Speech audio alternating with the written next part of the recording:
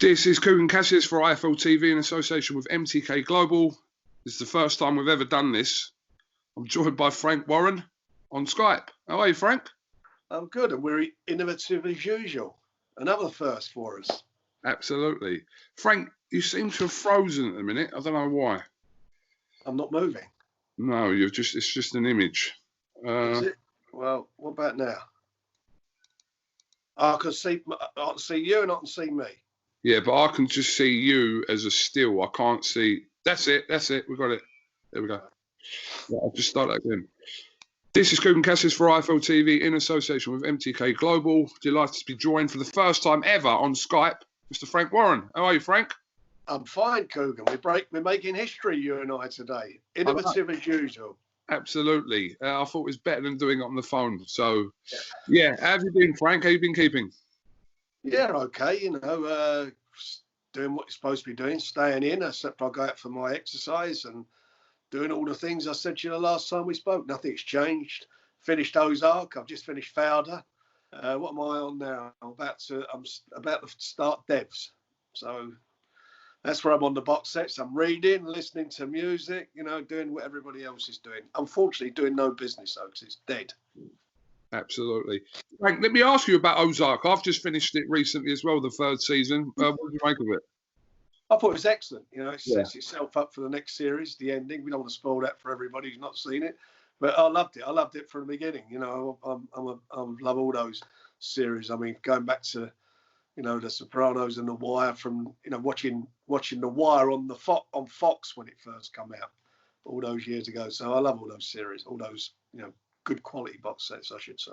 Yeah, I thought it was a little bit of a slow starter with Ozark in the first season, but it did pick up in season 2. No, it's excellent. It's excellent. You don't have to have killings in every bloody scene. I mean, it's a story as well. I enjoyed it. Of course.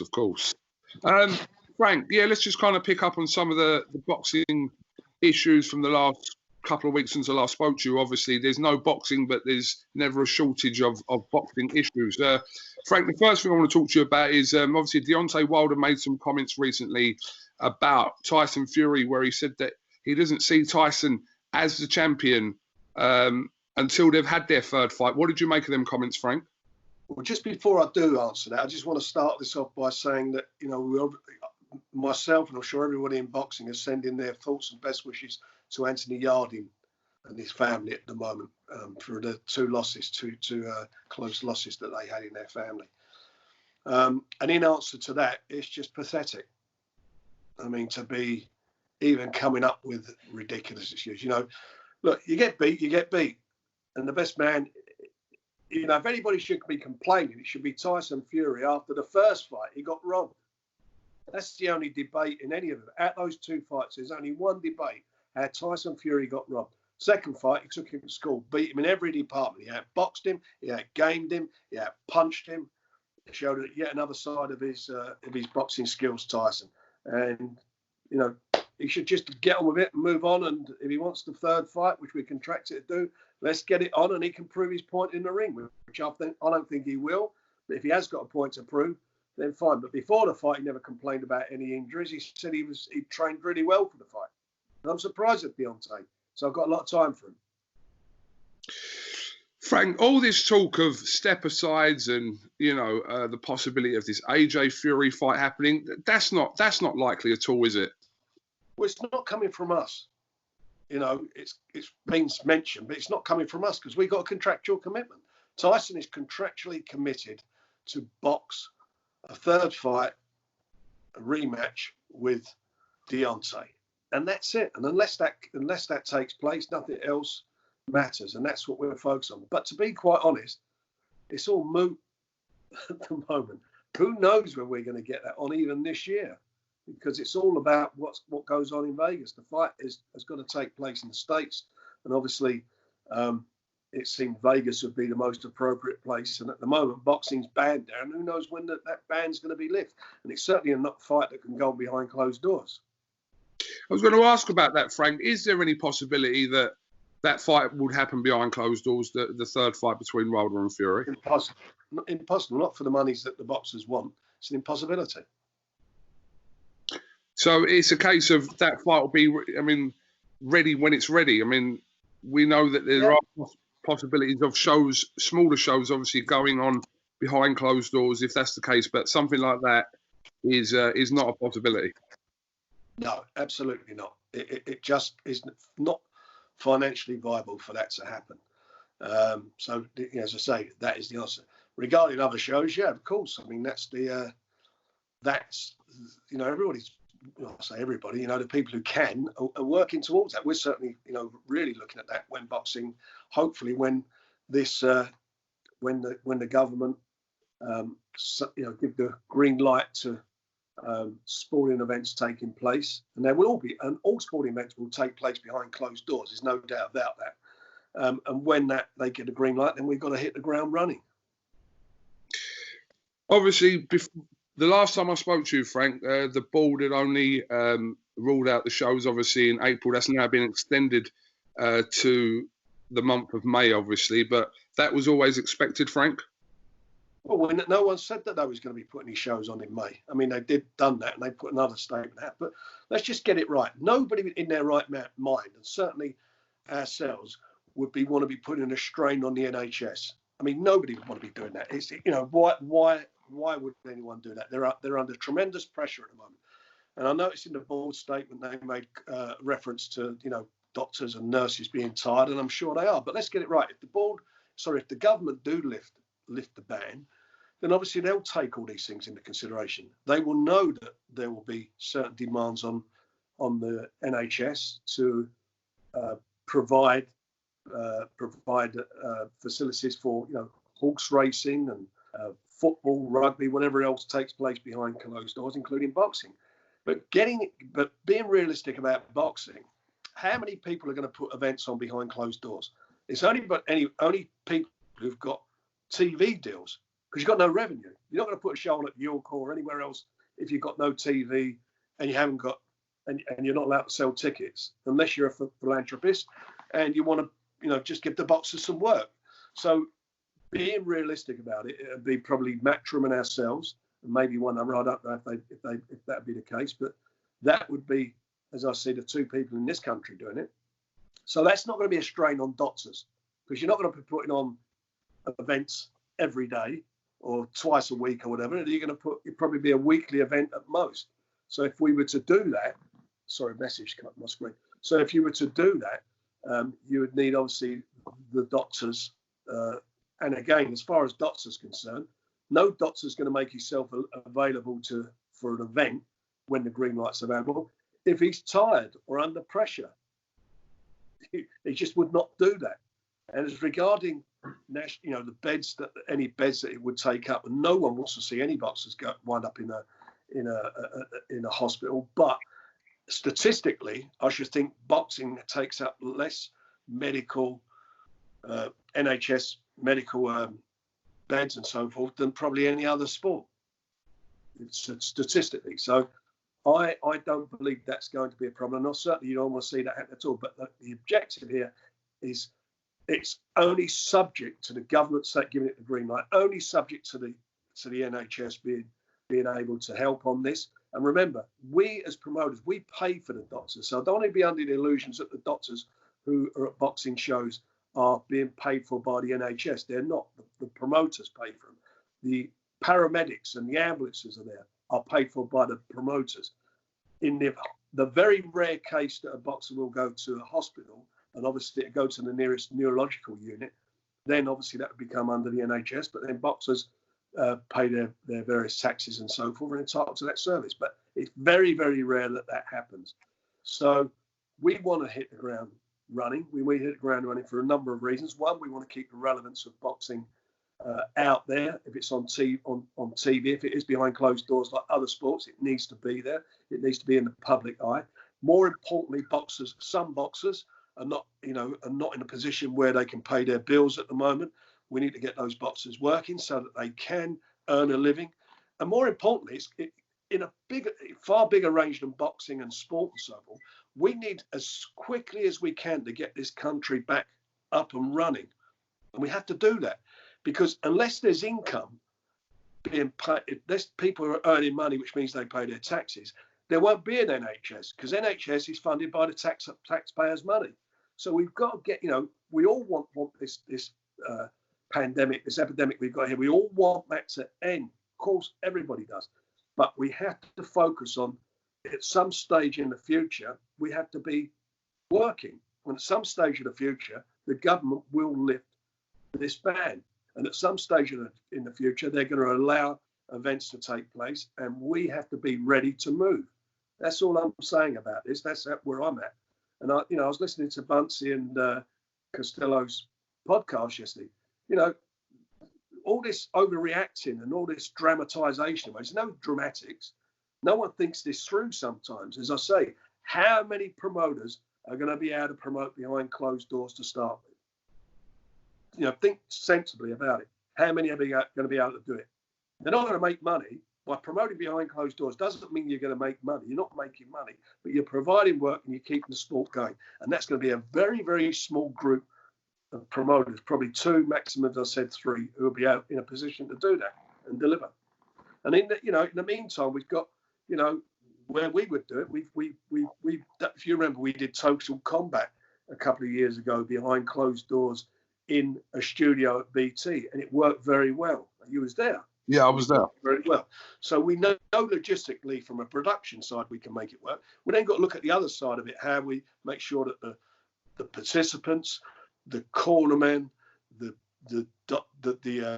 border control representatives, everybody involved there, that we keep it to a bare minimum, but all those people who are involved there are tested going in and tested going out. So we've got to be very conscious, and we are very conscious as a sport, as to the safeguarding the participants, everybody involved, and obviously the general public. And that's got to be first and foremost on their minds. But we do need to be ready to go when the green light is on. Frank, let me ask you, how open and accepting are the board in regards to closed door events? And what has Robert Smith actually said to you about this, Frank? Well, with the greatest respect to the board, I don't think it's anything to do with the board, whether they're in before the public or behind closed doors. Their job is to provide the officials and provide the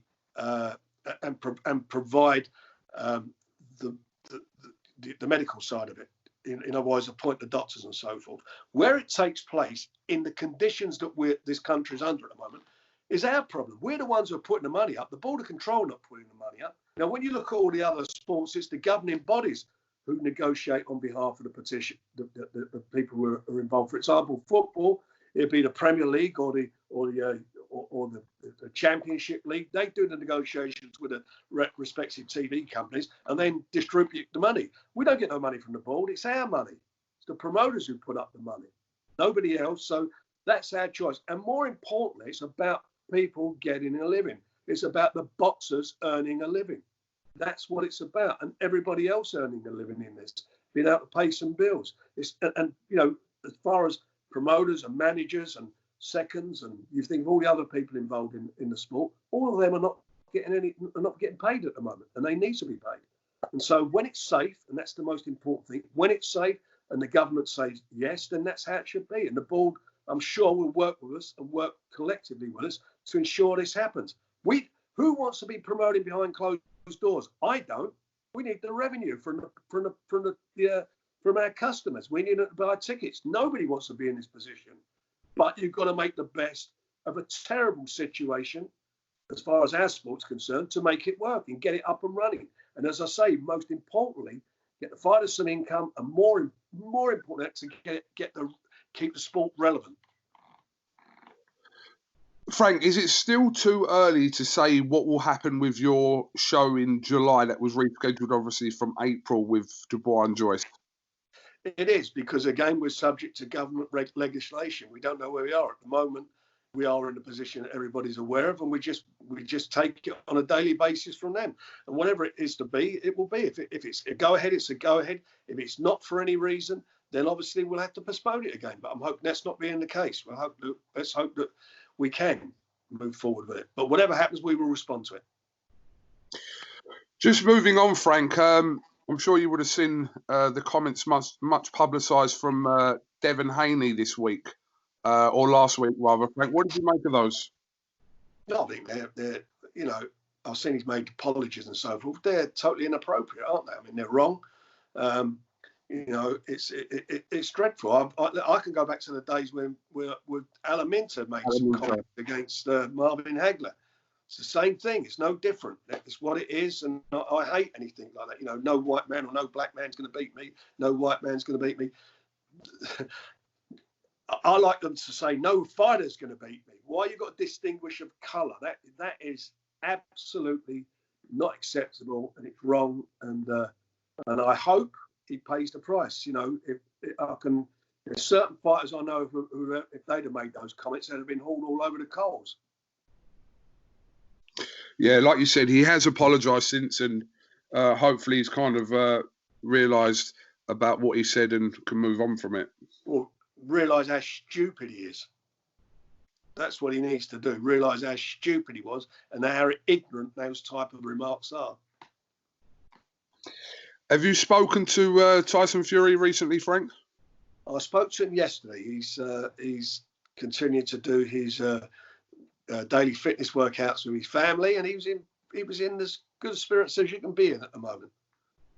Have you been joining his workouts in the morning, Frank? No, I'm up before that doing mine. I'm an early bird.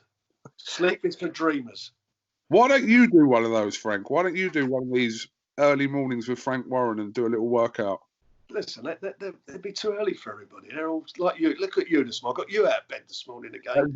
Kipping again. Frank, you phoned me at 6:30.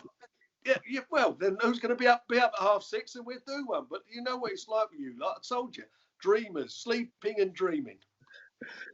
Half the day's already gone before most people are up. So yeah, well, you got to be up, mate. You got to be up early. Frank, what did you think of a potential fight happening with Tyson's dad, John Fury? Look, you know, if John wants to do it, that's up to him. I'm against people of that age, you know, fighting. But I didn't realise the guy who he's proposing to fight, he's the same age, isn't he? Yeah, I mean, there's about a year between them. Yeah. But whatever it is, but you know, if that's what they're going to do, they're going to do. It's not, you know, it's not something that I would. You know, I know John, and I'm very well, and I know what he's like, and if he's going to do it, he's going to do it. No one's going to talk him out of it. But you know, I just hope that I prefer him not to do it. I mean, come and watch. He should go and watch his boys fight. He's got his sons are extremely good fighters. Go and watch them fight. They are trying to earn a bit of money for charity for the NHS as well, Frank. That is all well and good and fantastic, and I applaud them for that. All right. Well, Frank, have you got anything else you could let us in on? I know there's not a lot happening at the moment, but I'm sort of, you know, all this stuff with, you know, TV. I mean, I worry about what my concerns is with the sport is, you know, certainly in this country. You look at this country, you've got the priority is football. That's the major sport. And why I keep banging on about, you know, we've got to make sure boxing's ready to go, because I do worry, as has happened, you know, without these, you know, this surreal situation that we're in at the moment. In the past, when there's been any pressure on TV revenue, sporting TV revenue, they look for cutbacks, and they look to cut back on all sports. The one sport that never gets cut back on really is football. But what they look to do is to find money from other sports to boost the money they have to bid for football and so forth. So, you know, we've got to make sure we're very relevant, as I say, and we've got to keep focusing on that. It's going to be interesting to see what happens in the States. I think the Zone, I was quite, I think it's his name, Simon Denyer. Simon Denyer is the CEO of them. He's, you know, they said their business is now in survival mode, which I think like a lot of businesses are. Richard Branson will tell you that. And, you know, met in these big stores, Debenhams and so forth. A lot of people are in that position, and they furloughed half of their staff, and they've even not paid some of their rights holders. And it's, you know, they say their business is all on hold, and and I feel for obviously their employees, you know, and the staff. No one wants to see anyone in that position. Wants to see their running, and also for what their presence will be in boxing when they come back, because obviously they're in a position now where I think I read it on a German website that over there they'd lost nearly 25% of their subscribers in 10 days since this pandemic. And that's dreadful. And if you've got no live TV, and I can speak from experience with BoxNation, you've got no live TV, then you lose subscribers. You've got to lose subscribers, that means you've got to start again. So you've got to start afresh. They put in their expansion program, so the CEO said on the hold. So it'd be interesting to see how they are when they come back. One thing's for sure they're going to need is to hang on to their biggest star in Canelo and get him back in action, because he's the one who drives their subscriptions. But it's going to be a new world out there, and it's going to be very, very interesting to see what happens there and the impact that will have. ESPN, I think, will just continue doing what they're doing. Showtime, I believe, will do the same thing. We've got Sky and BT over here. I think they'll continue to do what they'll be doing. But it's going to be a different world now. It's going to be a new world, not just for us in boxing, and it will be in other sport, and for everybody else. Who knows what we're going to come back to once this lockdown ends, and where it's going to leave everyone. Frank, just finally, what do you make of Mesut Ozil reportedly refusing the 12.5% pay cut? Right, as you know, I'm a massive Arsenal fan. I don't like reading that in the newspaper. Somebody's leaked that, obviously, and I shouldn't think it's Ozil. So that's been leaked from somewhere, and I think that's totally inappropriate. Whatever discussions he's having at the stage, and I think he's overpaid, by the way. Good luck to him, the money he earns, but whatever he's being paid, that should be between, or his discussion should be between him and the club. It shouldn't be to be done through the newspapers. I think that is wrong. And it's a bit like what happened with Ashley Cole years ago. Ashley Cole was probably one of the best defenders, backs of his generation. Certainly Arsenal, I should never have let him go. And that was all over $5,000. And I know the story for that. And I think he got, as much as he, they used to come back there and the fans are booing, he got the short end of the stick. They agreed terms, and then they changed their mind and tried to cut the money. I don't like that. He's not obliged to do it. Whatever they do, it should be between him and the club. If we turn around and said that to a boxer, and we started saying, "Oh, this fighter he won't take whatever he takes. We want him to take a 15 or a 20% cut," and we started putting that out to the public, that'd be inappropriate. That'd be between him and us. I just don't like that side of it. I hope Ozil and the club sort it out, because that can't be a good place to be in for everyone involved in the club when you've got that stuff out there. Yeah, what do you think? Yeah, you're 100% right, Frank. I think this should have been a situation which was kept internally, but like you just said there, it has been leaked out, and it has obviously been leaked out for a reason as well. So to embarrass him into it. Yeah, that's why. All right, Frank. Well, thank you very much for your time today. Have you got anything else you'd like to add before we finish? No, I can't think what else. What else is there, mate? No, it's all pretty much Groundhog Week. That's how it is at the moment, isn't it? Every week. Yeah. I just hope this nightmare ends for everybody soon, and I just hope that that people and their families all remain safe. It's just a horrible world at the moment. It's horrible stuff. In my lifetime, and been around a long, long time, I've never seen anything like this. This is like a real awful situation for everybody. Absolutely.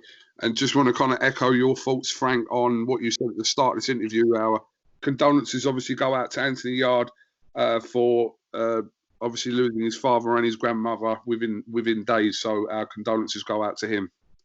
Exactly. And don't forget Thursday night to be out clapping the NHS, all our heroes.